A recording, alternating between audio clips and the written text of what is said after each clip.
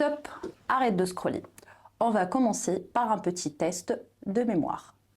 Tu as 10 secondes pour retenir 5 mots. C'est parti. Visage, velours, église, marguerite, rouge.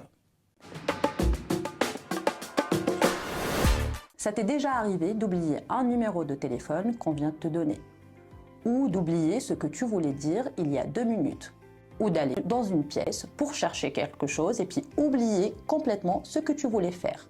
Eh bien, c'est normal, parce que chaque jour, ton cerveau gère une quantité énorme d'informations.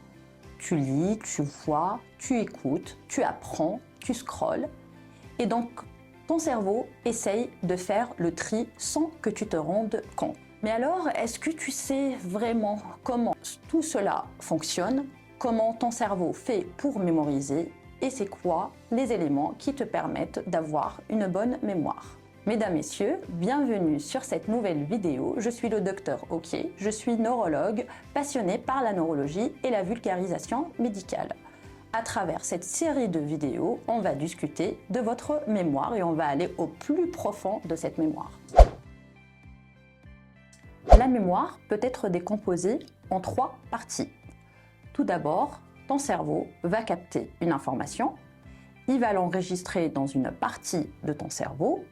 Ensuite, cette information encodée va être stockée dans une partie du cerveau et par la suite, pour se rappeler de cette information, ton cerveau va aller la récupérer. Donc en gros, il y a 3 étapes: l'encodage, où là on va enregistrer l'information, le stockage et ensuite la phase de récupération.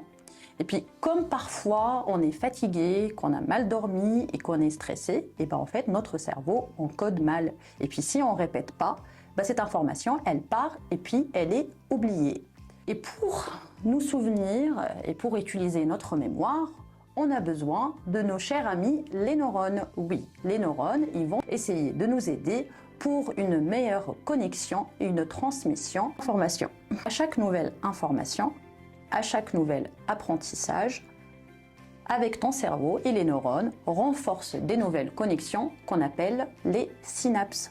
C'est comme si ton cerveau il crée un nouveau chemin et à chaque fois que tu empruntes ce chemin, cette information elle est bien stockée et rodée à l'intérieur du cerveau. Alors, est-ce que tu te rappelles des 5 mots que j'ai donnés au début? Si tu ne te rappelles pas de panique. À travers les prochaines vidéos, on va parler ensemble de la mémoire et surtout comment faire pour roder notre mémoire. Si vous aimez cette vidéo, vous pouvez mettre j'aime, commenter et surtout abonnez-vous. Merci.